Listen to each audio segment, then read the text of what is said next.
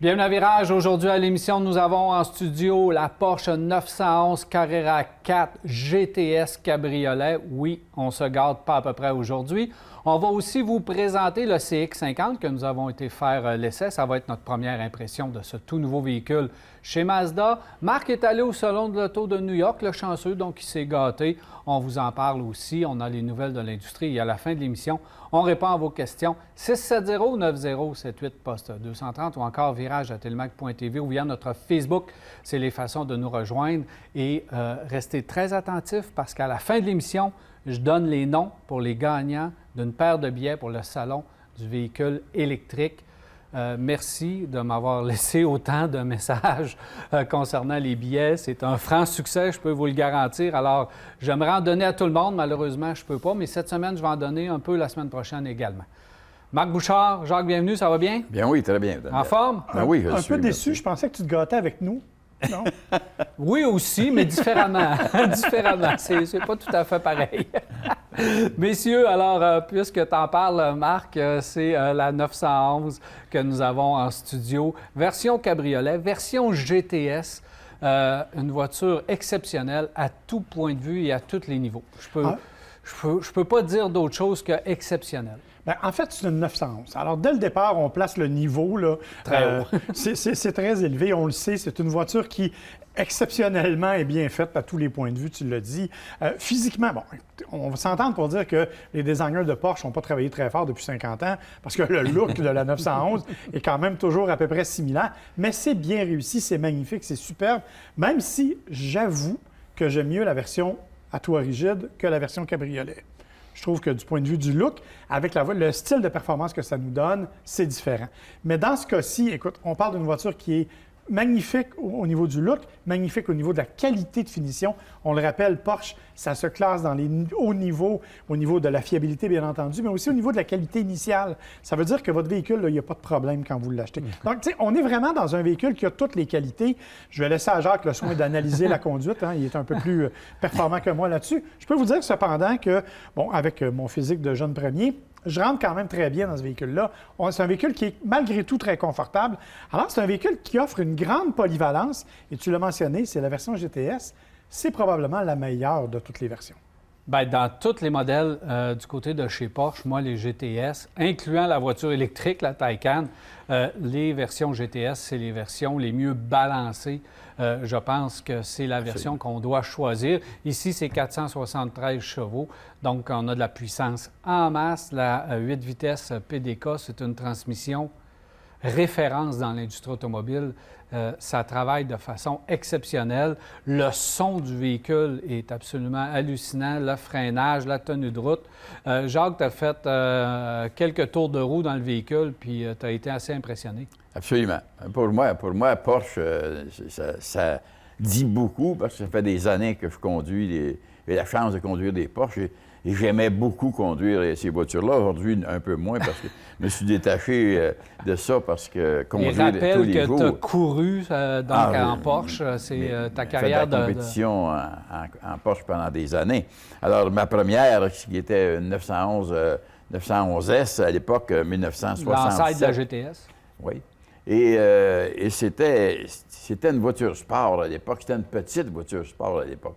Bon, on achetait une GTS à cette époque-là pour avoir, 185 chevaux. Tu sais. Aujourd'hui, tu retrouves ça dans un Volkswagen et puis, rapidement, tu as dépassé le nombre de forces moteurs qu'il y avait à l'époque. C'était une voiture extrêmement pointue à conduire, je peux te dire ça. Parce il fallait s'adapter, finir par comprendre comment est-ce que la suspension travaillait par ces voitures-là. Parce que tout était en arrière, de l'essieu en arrière, tout était en porte-à-faux et le poids était là. Alors, c'est arrivé dans un virage un peu rapidement, tu étais en tête à queue, le temps de dire, alors tu mouchais le pare-choc avant ou arrière dans les rails de sécurité. Et la même chose sur la rue, quand moi je me souviens d'avoir vu un copain sortir de Métropolitain et embarquer sur Décarie, et un peu trop vite, sur l'âge de l'accélérateur, puis tu étais en tête à queue, alors que dans ces voitures-là, en virage, tu devais accélérer. Mais il fallait qu'ici, ça soit être prêt à accélérer aussi au même moment.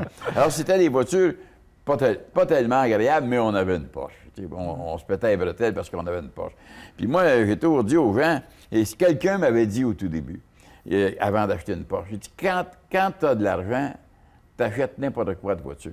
Si tu n'as pas d'argent, tu t'achètes une Porsche. Parce qu'il y a une Porsche, tu ne toucheras pas à ça. Et c'était vrai. C'était vrai qu'on ne touchait jamais à la mécanique. Les freins, ça n'avait pas de fin tellement que c'était bon. Et ça a été au cours de la carrière que j'ai faite en course automobile, ça a toujours été vrai. Alors, on n'explosait jamais un moteur, on arrivait aux courses, on faisait des courses et ça gagnait et ça donnait du résultat. Aujourd'hui, les voitures sont balancées. Avec les années, Porsche a développé. Marc, tout à l'heure, disait que les ingénieurs n'ont pas dû travailler fort au cours des années, les designers surtout.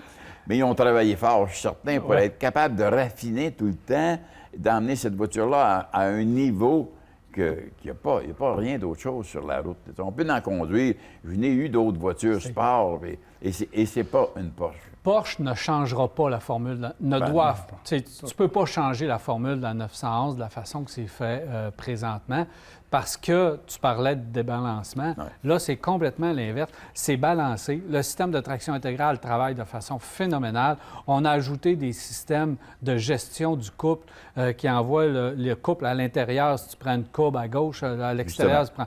Donc, on rebalance complètement et continuellement le véhicule. Les suspensions sont calibrées à la milliseconde près, ce qui fait en sorte que... même, je pense, si tu ne sais pas conduire, tu vas te penser un bon pilote dans cette voiture-là. Mais c'est exactement ça. C'est que c'est une voiture qui, contrairement à ce que Jacques expliquait, les anciennes Porsche, j'en ai conduit quelques-unes, puis je me suis fait sérieusement peur. Là. Alors que les nouvelles Porsche, au contraire, n'importe qui est capable de bien la maîtriser parce qu'il y a toutes sortes de systèmes embarqués qui correspondent. Et j'ai retenu une expression que Jacques a dit en débarquant de la voiture un peu plus tôt avant l'émission. Il dit « c'est un bloc de ciment ».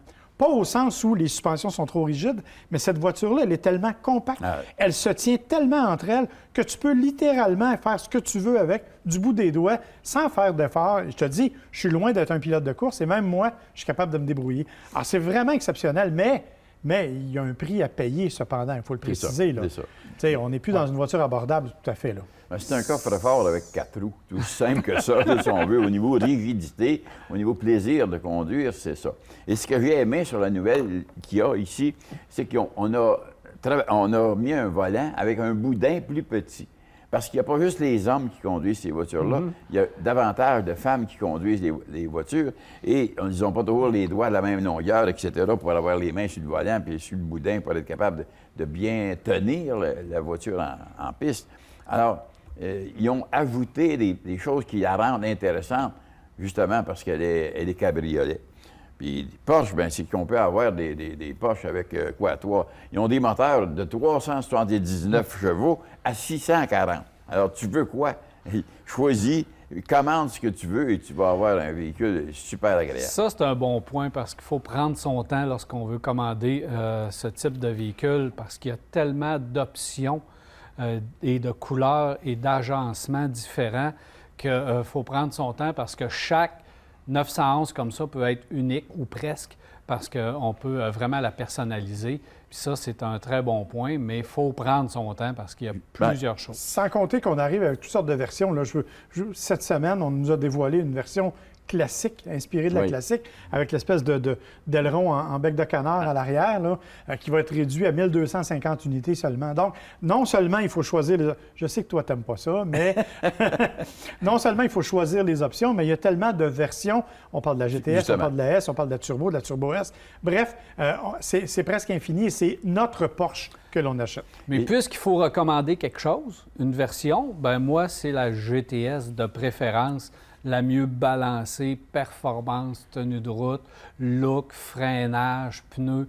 Tout est là dans la version GTS. Moi, personnellement, je prendrais la version coupée au lieu de la cabriolet, mais c'est selon les goûts, alors moi amusez-vous. Aussi, je prendrais ça, je prendrais avec le petit moteur et je m'amuserais. Je m'amuserais avec cette voiture-là, avec la boîte PDK. Si ça vous intéresse, le modèle en studio est 204 000 $. Donc, ça monte vite au niveau des options. Si on s'amuse un peu fort, faut peser sur le crayon parce que ça coûte quand même quelque chose. Merci, messieurs. Ça fait plaisir. Alors, voilà, on s'arrête et au retour, le Salon de l'Auto de New York.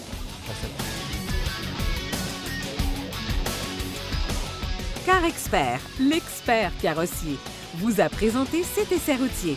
Car Expert à la fine pointe de la carrosserie.